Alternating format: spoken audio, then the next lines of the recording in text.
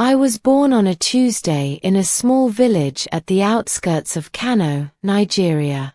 My mother always said I was a difficult child, not because I was troublesome but because my arrival was complicated. The midwife, Mama Aisha, had whispered to my mother shortly after my birth, her voice laced with a mix of confusion and worry. Something is different about her. As a baby, I was healthy, vibrant even, but growing up, I began to notice I wasn't like other girls. The whispers started when I was 8. Auntie Rahila, a sharp-tongued woman who never spared her opinions, caught me squatting to relieve myself in the bush behind our compound. "Why does she take so long?" she'd hissed to my mother. "It's not normal." I didn't understand what she meant until I turned 14, the age when most of my friends in the madrasa were getting their first periods. Mine came in a strange, disjointed way, light on one day, heavy the next, stopping and starting without rhythm. It took 2 years of furtive self-examination and whispered questions to older girls for me to discover the truth. I had 2 vaginas. Even now, the words taste strange in my mouth. I remember sitting on the cold floor of our outhouse that evening, trembling as my fingers traced the unmistakable reality of my body. 2 separate passages, like an accident in creation. I couldn't understand it, and I didn't dare tell anyone, not my mother, not my sisters, not my best friend Fatima. In northern Nigeria, a girl's body is not her own. It belongs to culture, to society, to God. I knew if I spoke of my condition, I would be branded as cursed, or worse, as unclean. The shame would devour my family. 4 years, I lived with my secret, learning to adjust, to hide. I prayed fervently, begging Allah to make me normal. Marriage loomed in my future, an inevitable milestone in our community, and I dreaded the day someone else would discover my difference. Who would want a wife with a body so strange? When I turned 19, the proposals started coming. Most of them were from older men, merchants and widowers looking for a quiet, obedient wife. My mother was thrilled, my father proud. But I stalled, offering every excuse I could muster. "I need to finish my Quranic studies," I told them. "I'm too young. I want to learn sewing first." They indulged me for a while, but by my 21st birthday, their patience wore thin. Then came Umar. He was not like the others. Umar was young, educated, and kind. He worked as a teacher in a neighboring town and had a shy smile that softened his otherwise stern features. My parents adored him. They saw him as a perfect match. "He's a good man," my mother said, her eyes bright with excitement. "And he will take care of you." I wanted to believe her, but the fear gnawed at me. How could I marry Umar without telling him the truth? How could I tell him and risk rejection, humiliation, or worse? On our wedding night, I shook so badly I thought I might faint. Umar noticed. "Nafisa," he said gently, taking my trembling hands in his, "are you afraid?" I nodded, unable to speak. "It's okay," he whispered. "We can take our time." He kept his word, his patience easing my fear, but nothing could erase the knot of dread tightening in my chest. It wasn't until weeks later, when he finally noticed something was amiss, that I knew I could no longer keep my secret. We lay in the dim light of our bedroom, the harmattan winds rattling the window shutters. Umar's brow furrowed as he tried to understand the barriers that seemed to exist between us. "Nafisa," he said softly, "there's something you're not telling me." I couldn't look at him. My throat felt dry, my voice barely a whisper. I have a condition." What kind of condition? I forced myself to explain, haltingly, fumbling over words I barely knew how to say aloud. His silence was the worst part, heavy and suffocating. When I dared to glance at his face, I saw shock, confusion, and something else, pity. "Why didn't you tell me?" he asked finally, his voice strained. "Because I was afraid," I said, tears spilling down my cheeks. "I thought you wouldn't want me if you knew." Umar didn't leave. He didn't shout or curse me as I had feared. Instead, he held me as I wept, his arms a fragile comfort against the storm raging inside me. But something had shifted between us, a crack in the foundation of our marriage. The weeks that followed were a blur of discomfort and strained conversations. Umar tried to be understanding, but I could feel his unease, his uncertainty about what my condition meant for our future. Would we ever have children? What would people say if they found out? The whispers started again, this time from neighbors and relatives. "Why hasn't Nafisa conceived yet?" they asked. "Is something wrong with her?"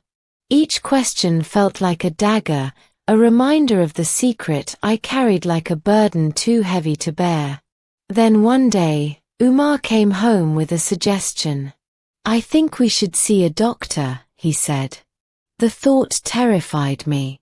In our community, going to the hospital was a last resort, often seen as an admission of failure or weakness.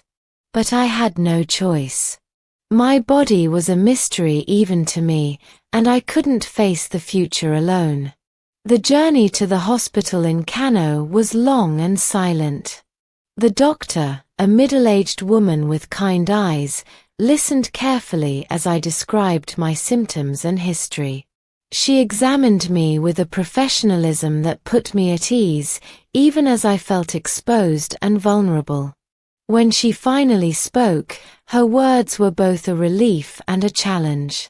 "You have a rare condition called uterus didelphys," she explained.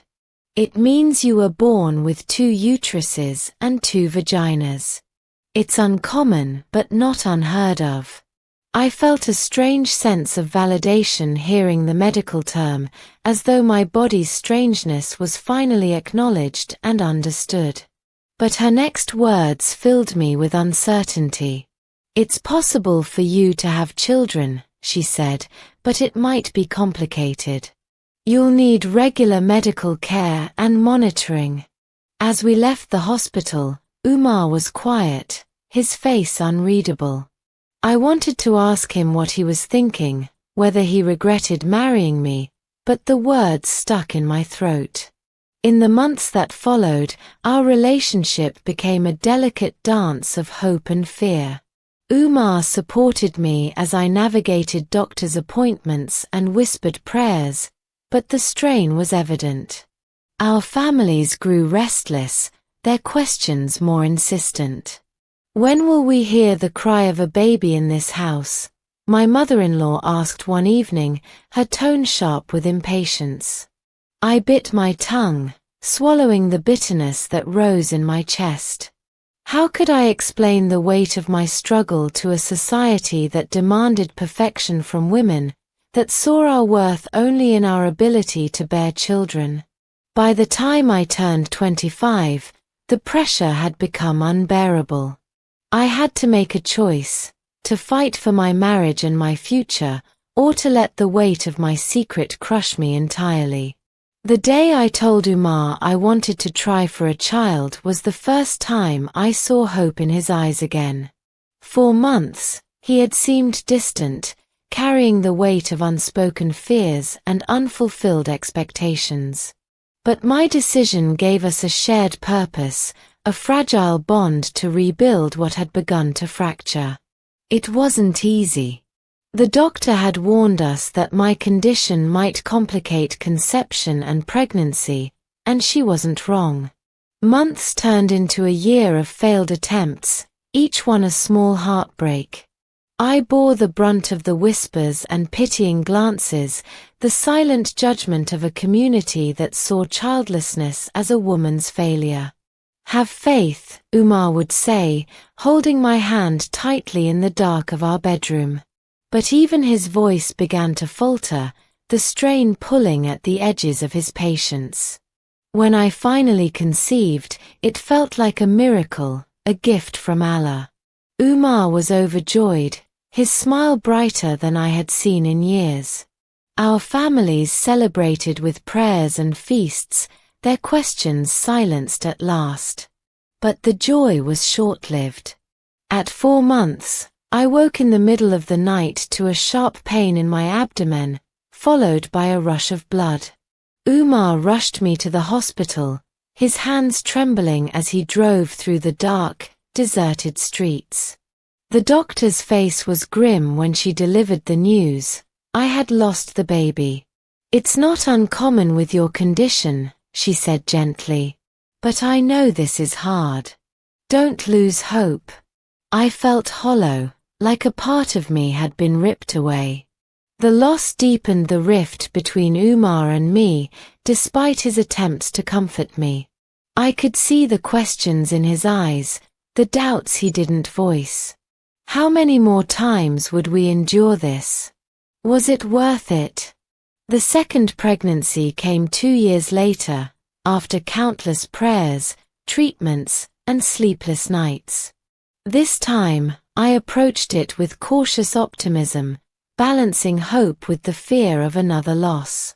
The doctor monitored me closely, her stern warnings a constant reminder of the fragility of my condition.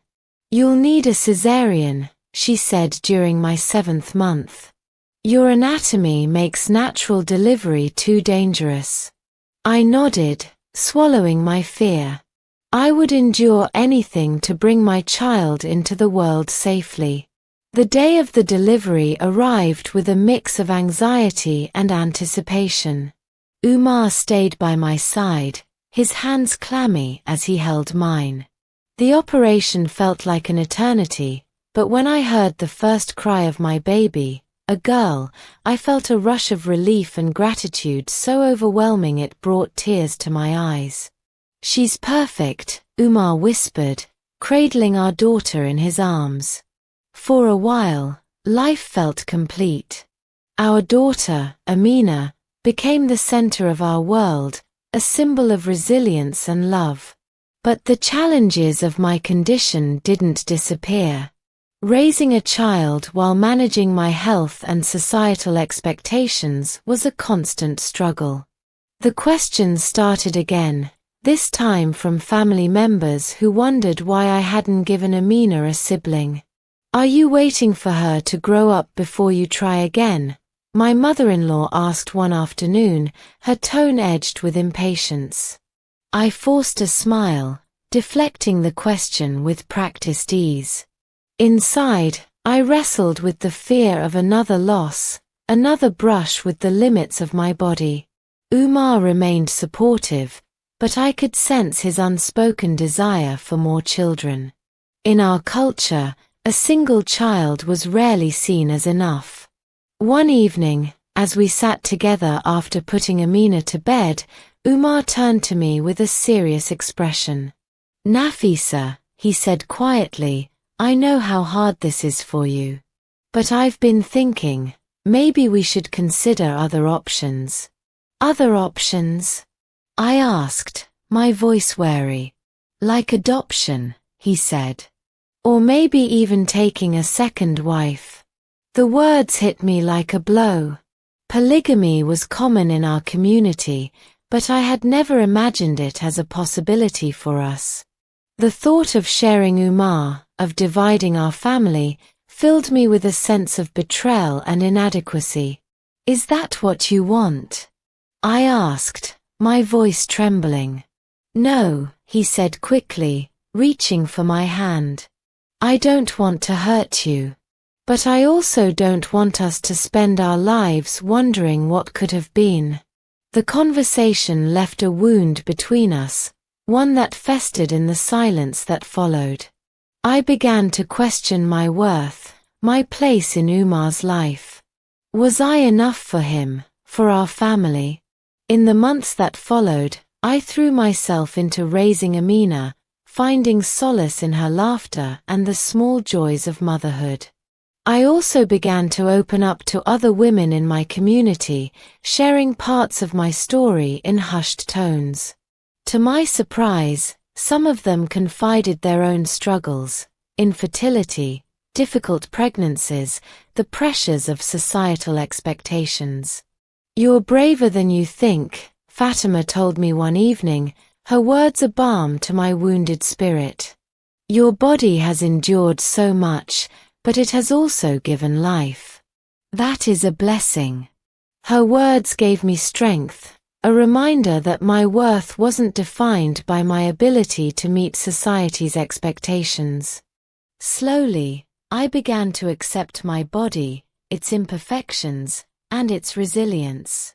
I sought therapy, a rare and almost taboo decision in our community, and found a space to process my grief and fears. When I turned 30, Umar and I sat down for another conversation, this time with a renewed sense of honesty and understanding. "I don't want another wife," he said firmly. "I want you, Nafisa. You and Amina are enough for me." His words brought tears to my eyes, a release of the tension I had carried for years. We decided to focus on building our family in other ways, whether through adoption or simply cherishing the life we already had. Society didn't stop whispering. There were always questions, judgments, and expectations. But I learned to let them fade into the background, to prioritize my happiness and the love we had created in our small, imperfect family. Now, as I watch Amina grow, a spirited, curious girl with her father's shy smile, I feel a sense of peace I never thought possible. My journey has been one of struggle and heartbreak, but also of resilience and love. I've learned that our worth isn't defined by what others see, but by the strength we find within ourselves to face the world, imperfections and all. This is my story, a story of a body that defied expectations, a marriage that weathered storms, and a life that found beauty in its complexity.